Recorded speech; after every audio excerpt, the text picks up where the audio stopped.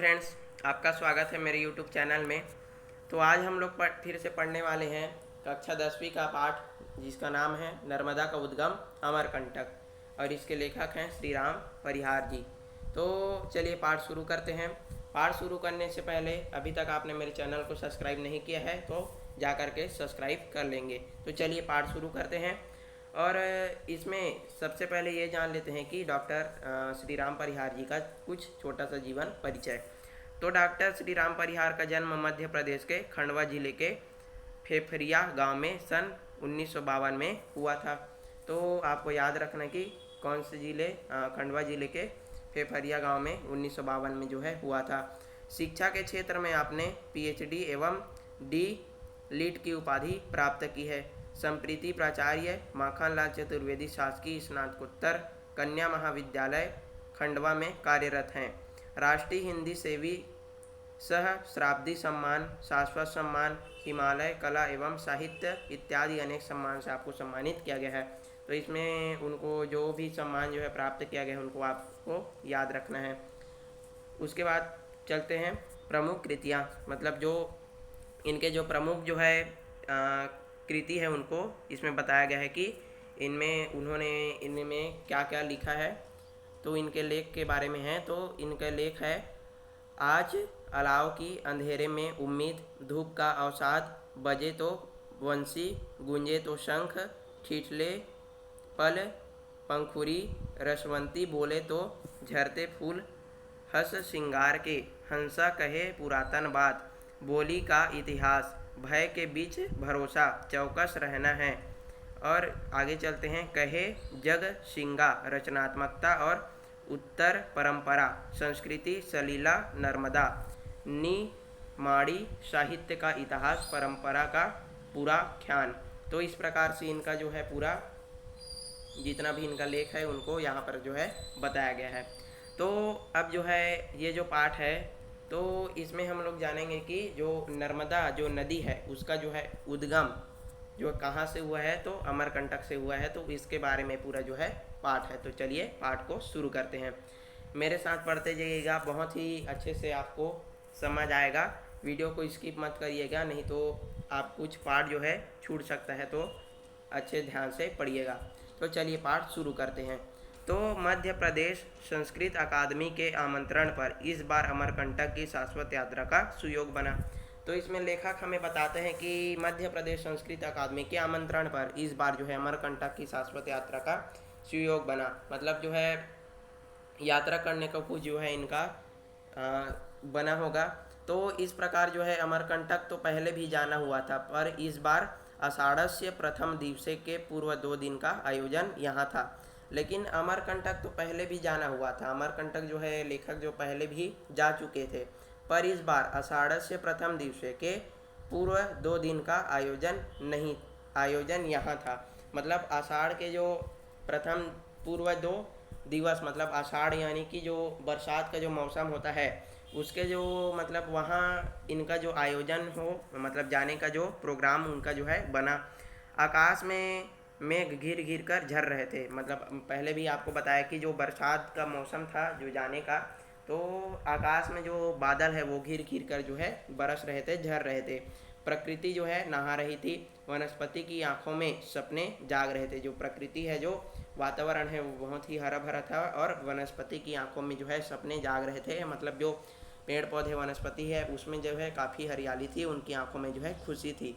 आम्रवनों की कोकिल का स्वर उस वर्षा में गीला हो रहा था। जो आम्रवनों की कोकिल का स्वर, मतलब जो आम जो बगीचा है, आमों का जो बगीचा है उसमें जो है कोकिल मतलब जो कोयल है उसका स्वर जो है वर्षा में क्या हो रहा था, गीला हो रहा था। इस प्रकार जो है कवि ने, लेखक ने यहाँ पर जो है जो पशु पक्षी है उसका जो है बहुत ही सुंदर जो है वर्णन करते हुए जो बोल रहे हैं। आगे चलते हैं। वह स्वर जड़ चेतन में नेह छोह की बूंद बूंद भर रहा था।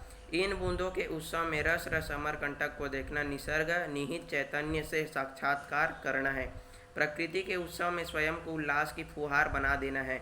पृथ्वी के महामंच पर अपने व्यक्तित्व की लघुत्तम इकाई का अर्थ खोजना है। तो इसमें जो है लेखक हमें बताते हैं कि वो इतने खुश हो इस सब जो वातावरण में जो हो रहे थे। तो इसमें जो है अमरकंटक को देखना इतना उनके लिए बहुत ही खुशी का जो माहौल बना हुआ था। अब आप लोग सोच सकते हैं कि यदि बहुत ही बाहर बहुत ही अच्छा बारिश हो रही हो और आपको कहीं बाहर घूमने जाने का मौका मिले तो आपको कितना अच्छा लगेगा। तो इस प्रकार से जो है लेखक भी बहुत ही खुश थे। फिर आगे चलते हैं। हम लोग सुबह सुबह पेंड्रा रोड पहुँचे। मेरे मित्र उदयपुर विश्वविद्यालय के प्राकृत विभाग के विद्वान प्राध्यापक भी इत्तेफाक से यहाँ मिल गए, जो इसी आयोजन में शामिल होने जा रहे थे। मतलब जो सभी लोग जो भी यहाँ के जो टीचर थे वो लोग सभी लोग इस आयोजन में जो है शामिल होने जा रहे थे। तो जो लेखक के जो मित्र थे वो भी यहाँ पर जो है पेंड्रा रोड पर इनके साथ जो है मिल गए, जो कहाँ जा रहे थे इनके साथ ही जो है अमरकंटक जा रहे थे। पानी बरस रहा था। हम पेंड्रा रोड से अमरकंटक के लिए रवाना होते हैं। जो पानी है जो बरसात का जो मौसम था तो पानी बरस रहा था और हम पेंड्रा रोड से अमरकंटक के लिए कहाँ के लिए अमरकंटक के लिए रवाना हो गए। पेंड्रा रोड पर से अमरकंटक का रास्ता सघन वन प्रांत से होकर जाता है। तो पेंड्रा रोड से अमरकंटक का रास्ता सघन वन प्रांत से मतलब घने जंगलों से होकर जाता है। तो आप लोग सोच सकते हैं कि कितना अच्छा जो है वहाँ का वातावरण होता होगा। आप लोग सोच के देख सकते हैं कि मतलब बरसात का मौसम है और घने जंगलों से होते हुए जो है लेखक जो है अमरकंटक की यात्रा का जो है मनोहारी चित्रण किए हैं। फिर आगे चलते हैं। अरण्य संसार में बरसते पानी से गुजरना अच्छा लग रहा था। मतलब जो घने जंगलों से और जो बरसते हुए पानी से गुजरना मतलब सफ़र करना जो है अच्छा लग रहा था। बादल सराय के ऊंचे ऊंचे पेड़ों की फुनगियों पर रुकते बात करते बरसते से अरण्यावली को आर्द्र करते और आगे बढ़ जाते। मतलब जो बादल थे वो सराय का जो पेड़ है वो बहुत ही ऊंचा ऊंचा होता है। तो वे बादल जो है वहाँ पर जो है बहुत ही बरसते रुकते मतलब बारिश करते, इस प्रकार जो है कवि ने लेखक ने बताया है। अमरकंटक पहाड़ का शिखर बहुत दूर से दिखाई देने लगता है। जो अमरकंटक का जो पहाड़ है उसका जो शिखर है उसकी जो चोटी है वो बहुत दूर से जो है दिखाई देने लगती है। विंध्य और सतपुड़ा का यह समवेत विग्रह बड़ा सुंदर्शन और मनोहारी है। तो विंध्य और सतपुड़ा ये जो दो पर्वत हैं उसका जो समवेत विग्रह है वो बहुत ही मतलब जो दृश्य है वो बहुत ही क्या था सुंदर था, इसे मैकल कहते हैं। तो ये जो क्वेश्चन है वो बहुत ही आईएमपी क्वेश्चन है कि विंध्य और सतपुड़ा का जो समवेत विग्रह उसे क्या कहते हैं, तो इसे क्या कहते हैं मैकल कहते हैं। मैकल पर्वत की ही दाई भुजा विंध्याचल और बाई भुजा सतपुड़ा है। तो जो मैकल पर्वत है उसकी दाई भुजा विंध्याचल और बाई भुजा सतपुड़ा है। इन दोनों पर्वतों के बीच से नर्मदा निर्धारित और प्रवाहित होती है। तो इन दोनों ही पर्वतों के बीच से जो नर्मदा जो नदी है वो जो है निकली है जो प्रवाहित होती है। विंध्य और सतपुड़ा के बीच बनी अंजूरी में नर्मदा का जल लहर लहर है और इस पर्वत का मस्तक पूर्व तक फैला है। यह अपनी विराटता से संपूर्ण भारत को पूर्व से पश्चिम तक हरापन और प्राकृतिकता दिए हुए हैं। तो इस प्रकार से इसमें जो है पूरा जो विंध्य और सतपुड़ा है इसका जो है वर्णन किया गया है। तो आपको जो ये जो क्वेश्चन है विंध्य और सतपुड़ा सो पूरा जो है यहाँ तक जो है आपको याद रखना है, क्योंकि यह जो क्वेश्चन है वो हर साल जो है एग्ज़ाम में पूछे जाते हैं।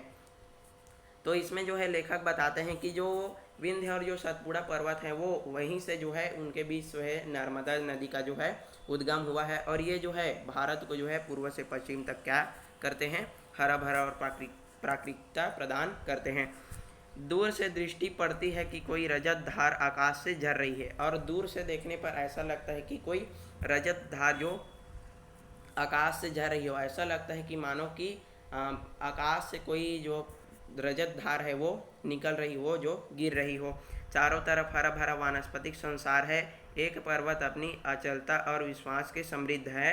ऊपर आसमान में बादलों की छिया छिलौती और धमाचौकड़ी मची है।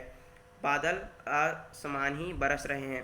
तो इसमें बताते हुए लेखक जो कहते हैं कि वे लोग जब अमरकंटक के लिए जब रवाना होते हैं तो चारों तरफ जो है हरा भरा वानस्पतिक संसार है और एक और पर्वत अपनी अचलता और विश्वास के लिए समृद्ध है और दूसरी ओर क्या है कि बरसात जो है बहुत ही अच्छी हो रही है, बहुत ही तगड़ी बारिश हो रही है और एक और मोटी जलधारा ऊपर से नीचे और गिरती दिखाई दे। तो ऐसा लगता है कि धरती की प्रार्थनाएं फलवती होने लगी है।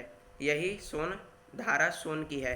तो ऐसा, और दूसरी ओर ऐसा लगता है कि जैसे आकाश से कोई रजत धारा जो है गिर रही हो, तो यही क्या है, सोन धारा सोन है। यह अमरकंटक का पूर्वी भाग है जो पेंडा रोड से आते समय दिखाई देता है। तो यही कौन सा भाग है, अमरकंटक का पूर्व भाग है जो पेंडा रोड से आते हुए दिखाई देता है। शहडोल या जबलपुर डिंडोरी मार्ग से अमरकंटक पहुंचने पर हमें इनके पश्चिम भाग के प्राकृतिक संसार को देखने का सुख मिलता है। सोन नद है, सोन मुड़ा से निकलकर यह पूर्व में चला जाता है। गंगा की सभी सहायक नदियों आगे चलकर गंगा में मिलती है। सोन के जल द्वारा अमरकंटक अपनी जलांजलि सूर्य को और पूर्व को समुद्र में देता है। नर्मदा के जल प्रवाह के माध्यम से यह अपनी आदरांजलि पश्चिम के समुद्र को देता है। दोनों ही दशा में और दिशा में इसके आसपास की ज़मीन नम हो जाती है। यह ज़मीन का गीलापन कई कई जीवन को की धड़कनों को पानी का रंग दे रहा है। तो इसमें जो लेखक है वो सोन नदी का वर्णन करते हुए बताते हैं कि यह जो है गंगा नदी में जाकर जो है मिल जाती है, और सोन नदी के जल के द्वारा अमरकंटक अपनी जलांजलि जो सूर्य देव को जो है देते हैं, और सोन जो है पूर्व में समुद्र को दे देते हैं। और जब जो सोन नदी जहाँ जहाँ से होकर गुजरती है वहाँ अपनी जो है गीलापन जो है छोड़ देती है, और यह जो है कई जीवन को पानी का रंग दे रहा है। कितनी ही आड़ी तिरछी सड़क से चलते हुए अमरकंटक पहुँचे, मतलब कितनी ही आड़ी तिरछी इसलिए बोला गया है क्योंकि हो सकता है कि सड़क जो है बहुत ही घुमावदार होगी, इसलिए यहाँ पर जो है आड़ी तिरछी सड़क का जो है प्रयोग, आड़ी तिरछी शब्द का प्रयोग किया गया है। तो इस प्रकार जो है वे पूर्ण रूप से जो है अमरकंटक पहुँच जाते हैं। सोन की यह धार इस मार्ग से हर कोने से दिखाई देती है कि जो सोन नदी है उसकी जो धार है, जो बहता हुआ जल है, वो हर दिशा से दिखाई दे रहा था। आँख सरई के पेड़ों से गाढ़ी हरियाली पर अटकती है। जो हमारी जो बताते हैं कि लेखक जो उसकी आँखें हैं जो सरई के जो हरे भरे पेड़ हैं, उनके जंगल हैं, वहाँ की वनस्पतियाँ हैं, उनमें जाकर जो है अटक जाती है। वन की सघनता पर आश्वस्त होती है, और जो वन है उसकी सघनता मतलब जो गहन जो वन है उसमें जो है जाकर जो है टिक जाती है। फिर सोन के सम्मोहन में फंस जाती है, और उसके बाद जो है फिर सोन नदी के सम्मोहन मतलब प्रेम में जो है फिर से फंस जाती है। तो इस प्रकार जो है लेखक ने वहाँ के जो वनस्पति और प्रकृति के जो सुंदर मनोहारी दृश्य का जो है वर्णन किया है। लंबा घाट चढ़ने पर हम अचानक स्वयं को अमरकंटक के एकदम सानिध्य में पाते हैं। जो लंबा घाट चढ़ने के बाद हम अचानक स्वयं को अमरकंटक के एकदम सानिध्य मतलब एकदम करीब पाते हैं। सोन आँख के ओझल हो गया, सोन आँखों से क्या हो गया, ओझल मतलब छिप गया।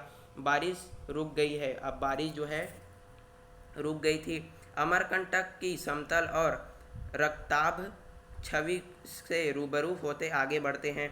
छोटी सी, बिल्कुल छोटी सी नदी पतली धारा के रूप में छोटे से पुल द्वारा पार करते हैं। निगाह किनारे लगे बोर्ड पर अटक जाती है, लिखा है नर्मदा। तो जैसे ही वो लोग नर्मदा थोड़ा दूर चढ़ने के बाद चढ़ते हैं तो वहाँ अचानक वो लोग पाते हैं कि हम लोग अब अमरकंटक जो है पहुँच चुके हैं। और जब तक वो अमरकंटक पहुँचते हैं तब तक जो है बारिश रुक चुकी होती है, और वे लोग पाते हैं कि एक छोटी सी, बहुत ही बिल्कुल छोटी सी नदी पतली धारा के रूप में वहाँ से बाहर निकल रही थी, और वहीं पास एक जो है बोर्ड टंगा होता है, तो उसमें लिखा होता है नर्मदा। इतनी छोटी, इतनी पतली, यहाँ बहते हुए इसलिए दिख रही है कि बरसात का मौसम है। तो लेखक बताते हैं कि जो धारा थी वो बहुत ही क्या थी, छोटी और पतली थी, और क्यों दिख रही थी, क्योंकि बरसात का मौसम है। अमरकंटक का दूसरा ही रूप सामने आता है। कुछ मकान है, मंदिर है, संतों के आश्रम, कार्यालय हैं, निर्माणाधीन जैन मंदिर, जन जीवन है। तो ऐसा फिर वहाँ के जो वे लोग लेखक जो देखते हैं उसका वर्णन करते हुए बताते हैं कि यहाँ पर जो है कुछ मंदिर थे, कुछ संतों के आश्रम थे, कार्यालय थे, और कुछ जैन मंदिर थे, और वहाँ का जनजीवन था। वनवासियों का निर्द्वंद जीवन है। टोकरियों में जामुन लेकर वनवासी महिलाएं बैठी है। पके आम के ढेर हैं। एक अजीब शांति है। कुछ मिठाई और चाय की दुकान है, नारियल प्रसाद माला कंठी की दुकानें हैं। लोग गरीब हैं, नर्मदा उन्हें संभाले हुए हैं। अमर के कंठ से निकसी जलधारा के किनारे भयानक समय में बेखर होकर जी रहे हैं। तो फिर लेखक जो है उनके जनजीवन के बारे में बताते हुए कहते हैं कि वहाँ के जो वनवासी जो लोग हैं वे निर्द्वंद जीवन है। मतलब उनका जीवन जो है बहुत ही, वे लोग बहुत ही जो है गरीब हैं। और टोकनियों में जामुन लेकर जो वनवासी महिलाएं जो है बैठी है, टोकनियों में जामुन का जो फल है उसको लेकर जो है वनवासी महिलाएं बैठी है। और पके आम के ढेर हैं, जो पके आम हैं उसके ढेर के ढेर हैं। और एक अजीब सी शांति है। और वहाँ पर जो है कुछ मिठाई की और चाय की दुकान है, नारियल प्रसाद माला कंठी और आदि सब की दुकान है। और जो नर्मदा नदी है वो उन्हें संभाल कर रखती है। और नर्मदा ही कहे जा सकते हैं कि उनका जो रोजगार का ही एक प्रकार से उनका साधन है। तो आपको एक और बात बता दूं कि यह जो क्वेश्चन है वो भी बहुत ही आईएमपी क्वेश्चन है कि नर्मदा अमरकंटक में जो है लोगों का जो वहाँ पास जो जीवन है वो कैसा होता है। तो आपको इसको याद रखना है कि वनवासियों का जो जीवन है वो निर्द्वंद है। इसमें जो एक क्वेश्चन आएगा कि आप लोग देखेंगे कि वनवासियों का जीवन कैसा होता है। तो वनवासियों का जीवन तो यहाँ से लेकर का आपको यहाँ तक पूरा जो है लिखना है कि, और आप अपने से भी लिख सकते हैं। तो इसमें जो है इतना आपको ये करना है। फिर आगे चलते हैं। बस स्टैंड से पूर्व में दुकानों की गली से चलते हुए आगे जाने पर एक जल कुंड है। तो बस स्टैंड से पूर्व में दुकानों की गली, तो जैसे ही वो लोग बस स्टैंड गए होंगे लेखक जो है, तो उसके बाद जो है आगे बढ़ते हैं तो वहाँ पर एक कुंड होता है। यह नर्मदा का उद्गम स्थल है। कुंड 11 कोणी है। तो यही जो कुंड है वो नर्मदा नदी का जो है उद्गम स्थल है। तो यह कुंड है वो 11 कोणी है। स्वच्छ और शीतल जल लहरा रहा है। तो इस कुंड में जो है साफ और बहुत ही ठंडा जल जो है लहरा रहा है। कुंड के चारों ओर आसपास 20 मंदिर बने हुए हैं। कुंड पक्का है, कुंड विशाल है। तो इस कुंड के आसपास जो है 20 मंदिर जो है बने हुए हैं। तो मेरे को लगता है कि यह भी एक आईएमपी क्वेश्चन हो सकता है ऑप्शनल में कि अमरकंटक के कुंड के आसपास कुल कितने मंदिर बने हुए थे। तो ये आपको याद रखना है कि 20 मंदिर बने हुए थे। तो यह जो कुंड है वो पूरी तरह से क्या है, पक्का है। और कुंड बहुत ही बड़ा है, विशाल है। कुंड के चारों ओर पक्की समतल जगह बना दी गई है। मुख्य द्वार भी विशाल है। तो जो कुंड है उसके चारों ओर बहुत ही अच्छी समतल जगह बना दी गई है और मुख्य द्वार भी बहुत ही बड़ी है। कुंड के आसपास बने मंदिर मझौले आकार के हैं। कुंड के पूर्व की एक तरफ छोटा सा मंदिर है जिसे शिव प्रतिष्ठित हैं। तो कुंड के जो एक तरफ पूर्व में एक छोटा सा क्या है, शिव मंदिर है, जो शंकर भगवान का मंदिर है वो भी, जिसमें शिव जो है शंकर भगवान जो है विराजितमान हुए हैं। अमरेश्वर के कर्ण से ही नर्मदा निकली है। तो अमरेश्वर जो है यहाँ पर शिव को, शंकर जी को कहा गया है कि वहीं से नर्मदा का जो है निकली है उनके गले से। तो यह कुंड ही नर्मदा का आदिम स्रोत है। यह कुंड ही नर्मदा का आदिम, मतलब जो नर्मदा का उद्गम स्रोत यह कुंड ही है। उसके बाद चलते हैं। जल शिव के कर्ण से निकल कर कुंड में एकत्रित होता रहता है। कुंड के बाद नर्मदा भूमिगत होकर 5 से 6 किलोमीटर दूर पश्चिम में कपिल धारा के पास प्रकट होती है। तो जल जो है शिव के कर्ण से निकल कर कुंड में एकत्रित होता है। जो जल है वो शंकर भगवान के कर्ण से निकल कर जो है कुंड में एकत्रित होता है। और उसके बाद जो है यह जो जल है वो कुंड के बाद जो है 5 से 6 किलोमीटर के बाद दूर पश्चिम में कपिल धारा में जाकर के प्रकट होता है। नर्मदा कुंड में डुबकी लगाकर तन मन का ताप शमन करने का पुण्य लिया जाता है। और जो लेखक बताते हैं कि नर्मदा के कुंड में जो है डुबकी लगाकर तन मन का ताप जो है शमन शांत करने का जो है पुण्य प्राप्त किया जा सकता है। मंदिरों में पूजन अर्चन आरती वंदन वैसा ही है जैसे प्रायः नर्मदा तट के अन्य मंदिरों में होता है। मतलब जो लेखक बताते हैं कि सभी मंदिरों में जैसे पूजन अर्चन होता है वैसा ही यहाँ भी होता है। नर्मदा कुंड का जल और उसका सुखदायी स्वरूप इस स्थान को एक महानदी की नैसर्गिक और दिव्य जन्म स्थली होने का गौरव देता है। यहाँ के रेवा समुद्र पश्चिम की ओर बहती चली जाती है। तो इस प्रकार जो है, इस प्रकार लेखक ने इसका वर्णन किया है। आगे चलते हैं कि रेवा मन में स्वर्ण के विरह और ताप लिए हुए पश्चिम की ओर बह निकलती है। उसकी गति में ताप है और स्वभाव में शीतलता। रेवा मन मतलब जो इस प्रकार इसमें एक और जो है नदी का जो वर्णन जो है लेखक ने किया है। एक लोक कथा है सोन नदी का नर्मदा की प्रणय कथा। तो इसमें कथा जो है लेखक ने बताते हुए कहते हैं कि जुहिला नामक नर्मदा की सखी ने सब गड़बड़ कर दिया। जो नर्मदा नदी थी, नर्मदा उसकी जो सहेली थी, सखी थी जुहिला, उसने जो है सब गड़बड़ कर दिया। नर्मदा जुहिला को दूती बनाकर अपना प्रणय संदेश सोनभद्र के पास भेजती है। तो नर्मदा जो है जुहिला को अपना दूत बनाकर जो है अपना संदेश जो है सोन नदी के पास जो है भेजती है। जुहिला सोन के व्यक्तित्व पर मुग्ध हो जाती है। तो जैसे ही जुहिला सोनभद्र को देखती है तो उस पर जो है मुग्ध हो जाती है। वह नर्मदा का रूप लेकर सोन का वरण कर लेती है और वह जो जुहिला है वो नर्मदा का रूप लेती है और सोन का क्या कर लेती है, वरण कर लेती है। यह बात जब नर्मदा को पता चलता है तो वह मारे क्रोध के उल्टे पांव लौटकर पश्चिम की ओर वेग गति से होकर चल पड़ती है। अब जब यह बात जो है नर्मदा को पता चलता है तो वह क्रोध के मारे जो है उल्टे पांव होकर जो है पश्चिम की तरफ चल पड़ती है। चट्टानों को तोड़ते, पहाड़ों के किनारे उछलती हुई उत्ताल तरंगों को रव करती बहती चली जाती है। पीछे मुड़कर भी नहीं देखती और वह पीछे भी मुड़कर नहीं देखती। इधर स्वर्ण को इस रहस्य का पता चलता है तो वह भी विरह संतप्त होकर अमरकंटक के उच्च शिखर से छलांग लगा देता है। तो जब जो है स्वर्ण को जो है पता चलता है, सोनभद्र को, तो वह पहाड़ पर चढ़कर जो है शिखर पर चढ़कर जो है छलांग लगा देता है। पूर्व की ओर विरह मुग्ध होकर निकल पड़ता है और वह जो है पूर्व की ओर जो है मन के लिए निकल पड़ता है। बहता ही चला जाता है और वो भी बहता चला जाता है। कुछ दूर जाकर जुहिला उसे मना लेती है। जो फिर उसे कुछ दूर जाकर जो है जुहिला उसे मना लेती है, उसमें मिल जाती है, यानी कि जो जुहिला है उसमें स्वर्ण में मिल जाती है, उसमें समा जाती है। लेकिन नर्मदा और स्वर्ण दो प्रेमी दो विपरीत दिशाओं में बह निकलते हैं।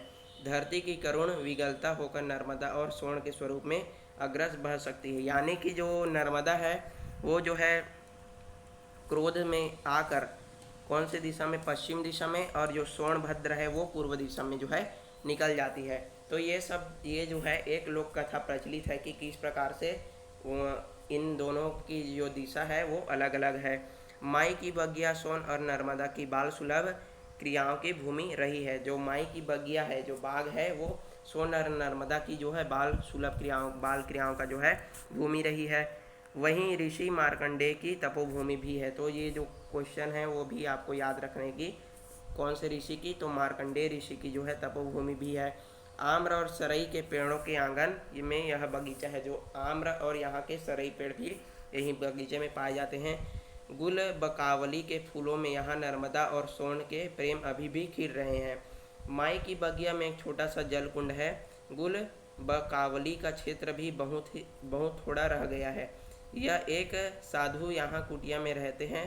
तीर्थ यात्रियों की आंखों में गुल बकावली का अर्क डालते आंखों की उमस दूर करते हैं, दृष्टि का धुंधलापन छांटते हैं। तो यहाँ पर जो गुलाब जल जो है एक साधु जो है यहाँ के जो तीर्थ यात्रियों की आंखों में डालते हैं और उनकी जो आंखों में जो उमस है उसको दूर करते हैं। लगता है नर्मदा और सोन का प्रणय गुल बकावली के फूलों के माध्यम से जगत की दृष्टि में तपन की अभी तक कर रहा है। जीवन का ताप तो दोनों अपने अपने जल में शमित कर ही रहे हैं। धरती के सूखे किनारों को हंसी बांट रहे हैं, उत्सव लुटा रहे हैं। तो जब यहाँ जैसे ही ये नदी जिस क्षेत्र से होकर गुजरती है वहाँ ये लोग जो है सूखे किनारों में हंसी जो है बांट रहे हैं। जुहिला के मन की खोट और सोन से उसका विवाह होने की खबर लगते ही नर्मदा माई की बगिया में भूमिगत होकर पश्चिम दिशा में जाकर 2-3 किलोमीटर बाद सतह पर आती है, कपिल धारा के पास जल का स्रोत दिखाई देता है। तो अंदर से होते हुए जो है वो आती है और कपिल धारा के पास इसका स्रोत दिखाई देता है। यह प्रसंग मानवीय संदर्भ लिए हुए हैं। लोक ने नदियों को कहीं मानवीय और कहीं दैवी गुणों से मंडित किया है। तो यह जो प्रसंग है वो मानवीय संदर्भ लिए हुए हैं, मतलब जो है मतलब जो ऐसा माना जाता है कि यह जो मानव द्वारा यह किया गया है और बाद में यह जो है नदी का रूप ले लिया गया है। यह लोक की मानवीय दृष्टि और व्यवहार की प्रकृति तक फैलाव का सुफल है, परंतु तटस्थ रूप में देखने पर भी अनुमान लगाया जा सकता है कि माई की बगिया में पुरातन समय में जल स्रोत बहता रहा होगा।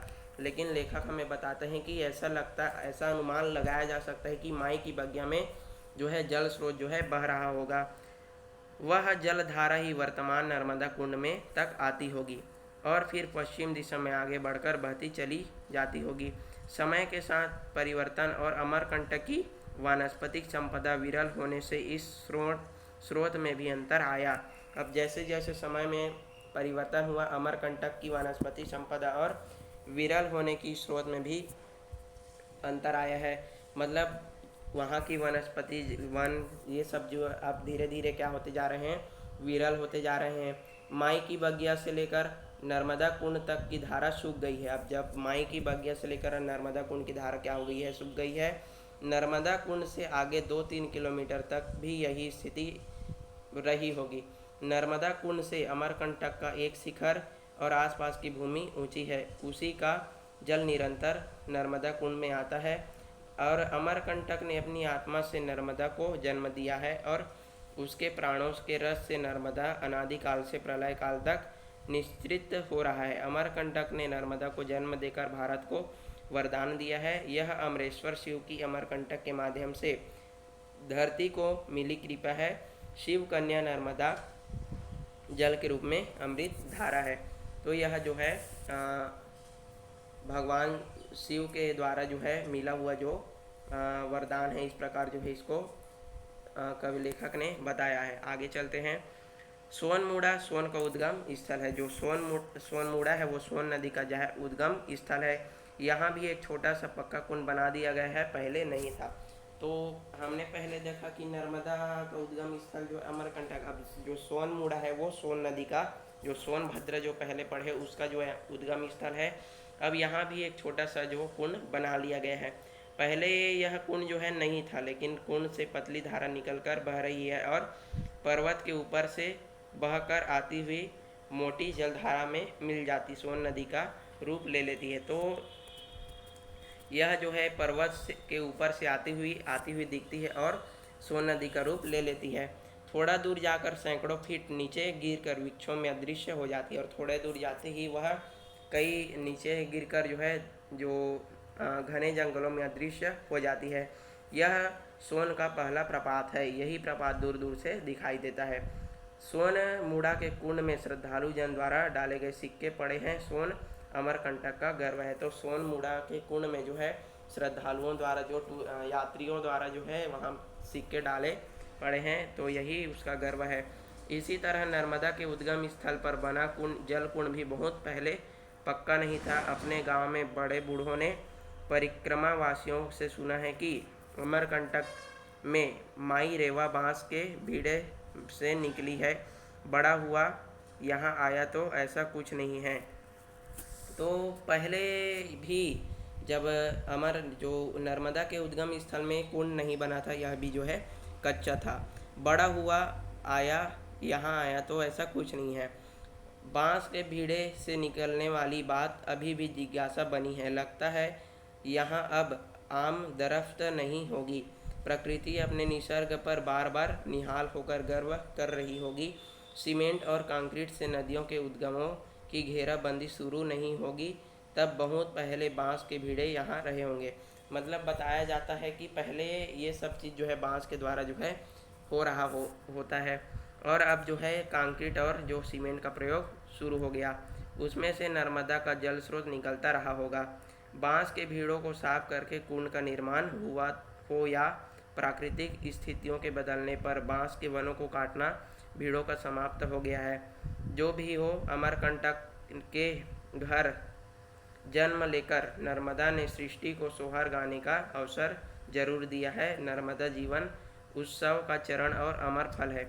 लेकिन जो भी कुछ हो, लेकिन अमरकंटक में जो है जन्म लेकर जो है नर्मदा ने इस सृष्टि को बहुत ही अच्छा अवसर दिया है। इसको जो है वरदान जो है दिया है। नर्मदा कुंड से लगभग 6 किलोमीटर दूर कपिल ऋषि की तपस्या भूमि है। तो नर्मदा कुंड से लगभग 6 किलोमीटर दूर तक 6 किलोमीटर दूर कपिल ऋषि की तपस्या भूमि है। नर्मदा यहाँ लगभग 150 फीट ऊपर से जो है गिरती है। यहाँ नर्मदा का पहला प्रपात है। कितनी अद्भुत बात है कि अमरकंटक के पूर्व और पश्चिम में सोन तथा नर्मदा दोनों ही है। तो कितनी अद्भुत बात है कि एक और पूर्व में जो है सोन नदी है और दूसरी ओर पश्चिम में क्या है, नर्मदा नदी है। कपिल धारा से आगे नर्मदा पत्थरों पर बिछलती हुई आगे बढ़ती है। तो कपिल धारा से आगे जो है नर्मदा पत्थरों से बिछलती हुई आगे बहती है। थोड़ी दूर जाकर वह दूध धारा बन जाती है, मतलब जो है बहुत ऊंचाई से गिरते हुए दूध धारा जैसी लगती है। यहाँ पर नर्मदा अनेक धाराओं में बटकर पत्थरों पर से बहती है। यहाँ पर जो है अनेक धाराओं में बढ़ जाती है और पत्थरों से बहती है। ऊपर से नीचे की ओर तेज बहती है, उसके कारण पानी दूधिया हो जाता है। मैंने आपको पहले बताया कि बहुत ही ऊपर से गिरने के कारण जो है अनेक धाराओं में बढ़ जाती है और पानी क्या हो जाता है, दूधिया हो जाता है। यहाँ से ही नर्मदा का जल खंभात की खाड़ी तक पानी दूध ही माना जाता है। तो यहाँ से लेकर जो है जल खंभात की खाड़ी तक दूध ही माना जाता है। जनमानस नर्मदा को माँ मानते हैं और उसके पानी को दूध की तरह पीकर ही पोषित और जीवित हैं। तो जो वहाँ के जो लोग हैं, वहाँ के उस क्षेत्र के जो लोग हैं, वो नर्मदा को अपनी माँ के स्वरूप माँ मानते हैं और उसके पानी को दूध की तरह पीकर उससे पोषित और जीवित हैं।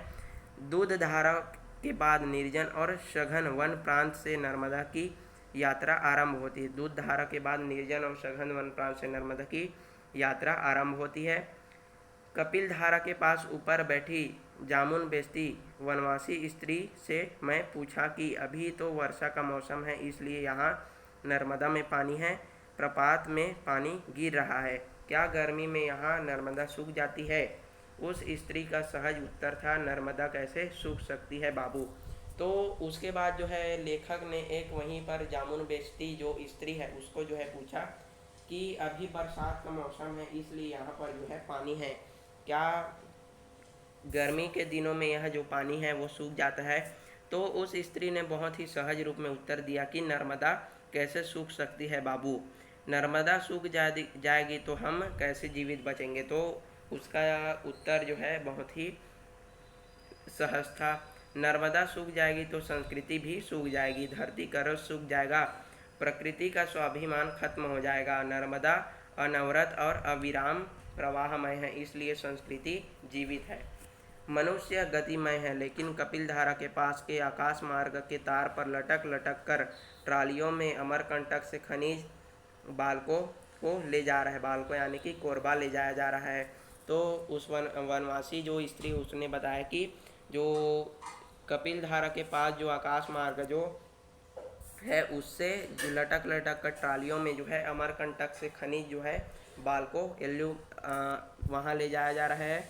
अमरकंटक को जो है खोखला किया जा रहा है। नर्मदा और सोन की उद्गम पर यह अविवेक और अंधा प्रहार है। तो इस प्रकार से उस वनवासी स्त्री ने जो है लेखक को ये सब चीज़ बताया। अमरकंठी नर्मदा का यह क्षेत्र देवों और मनुजों, मिथकों और लोक कथाओं, ऋषियों और वर्तमान के रचनाकारों को अपने संदर्भों में समाये हुए हैं। कालिदास ने इसे आम्रकूट जो है कहा है। तो आपको इसको भी याद रखना है कि कालिदास जी ने इसे आम्रकूट जो है कहा है। किसी समय में यह समूचा पर्वत आम्र तरुओं से आच्छादित रहा होगा।